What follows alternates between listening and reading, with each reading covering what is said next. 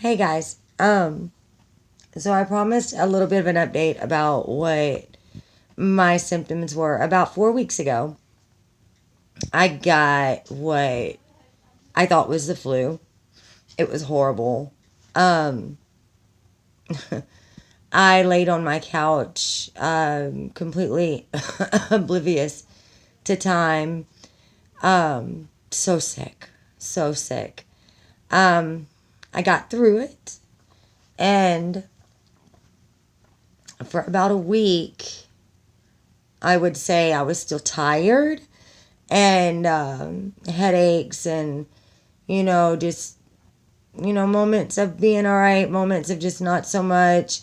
But I was able to get up and, do what I needed to do in brief moments. And it's so hard to explain. It's been a long 4 weeks.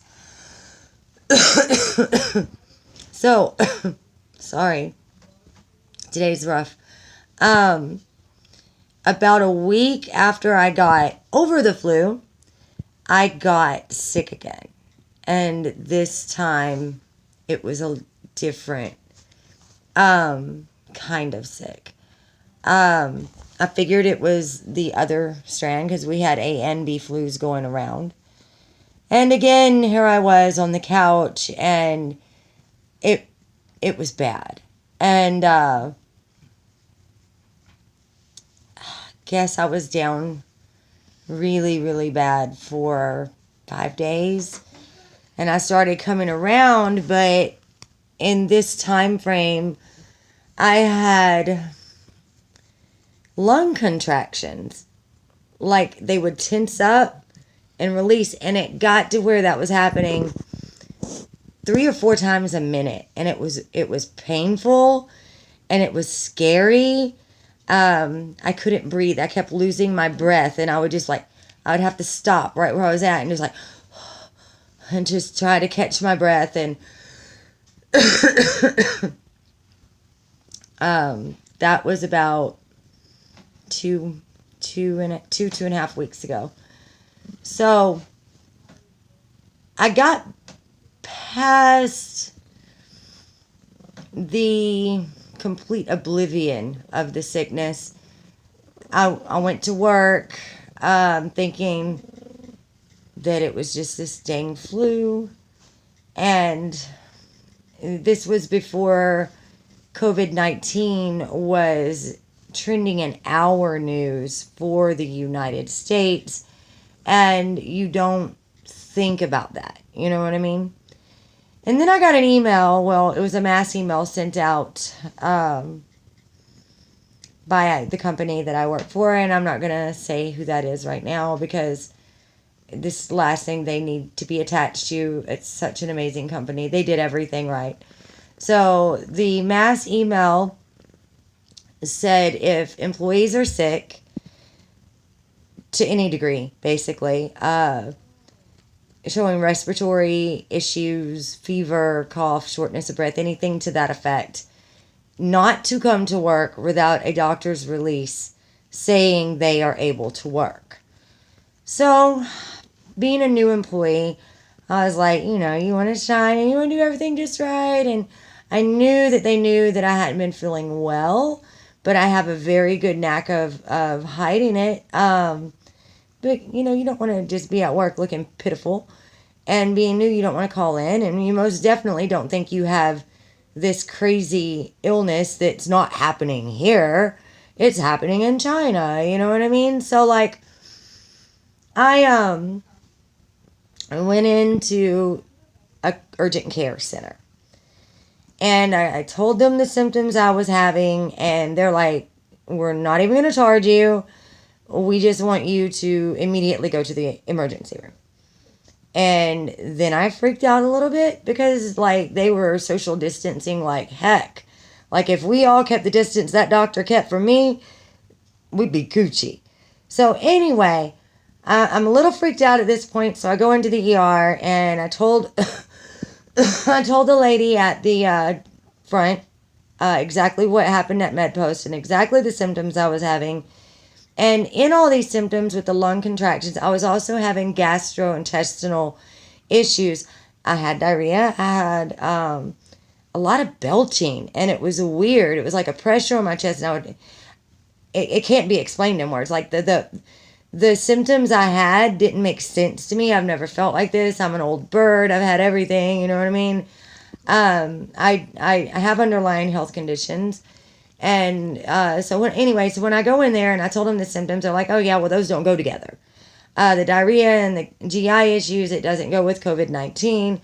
Never did the doctors use any kind of PPE. No gloves. I didn't see them wash their hands before touching the handle of the door to go out of my room. And so, again, I let my guard down. I mean, like, the doctors aren't flipping out, right? So we're good, right? X-rays are done. Flu tests for A and B, flu and strep. They come back in, and this is the hospital by Walmart here in Nacogdoches. I get the two mixed up, so I don't want to call name. So I go in, and the doctor comes back. I've already passed out. Like, I have a video of me sleeping. It's horrible. It sounds like I absolutely have a death rattle. And it was just that bad that I would completely fall out. Like, I was exhausted. The fatigue, you're dying. Like, you feel yourself dying. And, so the doctor tells me that I have acute viral bronchitis, and I have tested negative for flu A and B, and that I have fluid in both lungs. They gave me Rocephin at the hospital, a breathing treatment with holy crap, sorry, a breathing treatment with steroids in it, and they gave me prednisone. And then they wrote me prescriptions for the albuterol to take home, an antibiotic, and prednisone to take orally. And so they said, I'm going to feel better by Monday. Like, this was a Friday. And they're like, you're going to feel better. This is going to knock it out. This is great. Dude, I've never gotten better. I did get past the oblivious part of the sickness. And I don't just fall out like wherever I'm sitting. They released me to resume my normal activities, hence work, move around in the community, and take care of my children and everything else. So, again, this is before everything got real bad. And within the next couple of weeks, I started seeing a lot of news. A lot of cases started developing here. And I'm in Nacogdoches, Texas.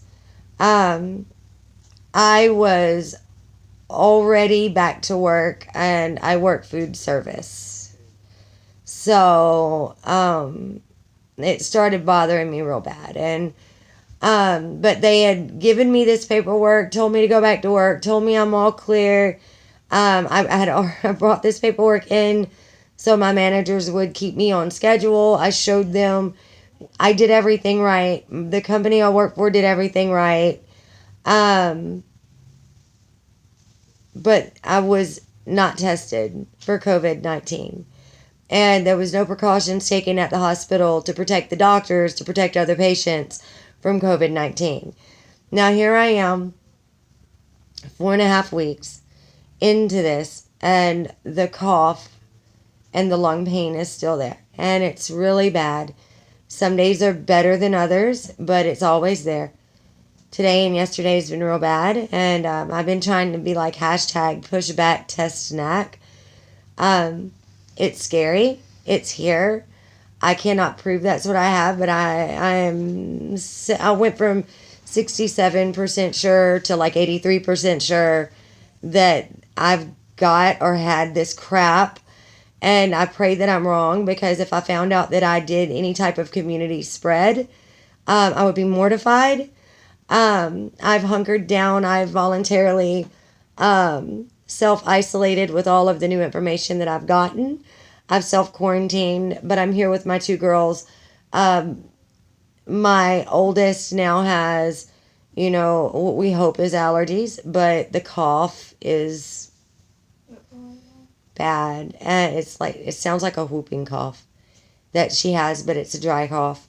and I can hear the rattle in her chest. And so I'm very concerned, and I can't get her tested, and I can't take her to a clinic because the rule is if you're showing respiratory distress or symptoms, you go home and you see if you're going to live or not. And if it appears that you're not going to live, then call the ER ahead of time while you're dying so they can make arrangements to get you into the hospital. And testing criteria is pretty damn impossible. And now my 9-year-old has a little bit of a cough, runny nose.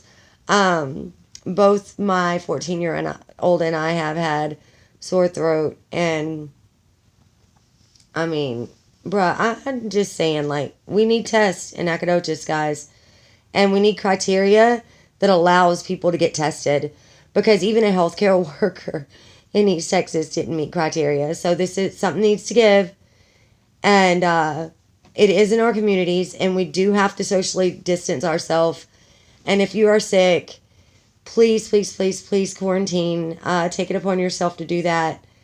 I'm scared. I'm worried, but I'm more worried about my kids and my husband, and he's the only one right now moving around in circles, trying to keep this country moving. And the job he does is important, but I just prayers, and Nacogdoches needs to start getting tested. And I'm not saying that's what I have, but I'm saying that was a hell of a chance. And then I'm not well yet. And woosah, God bless you guys. Stay safe.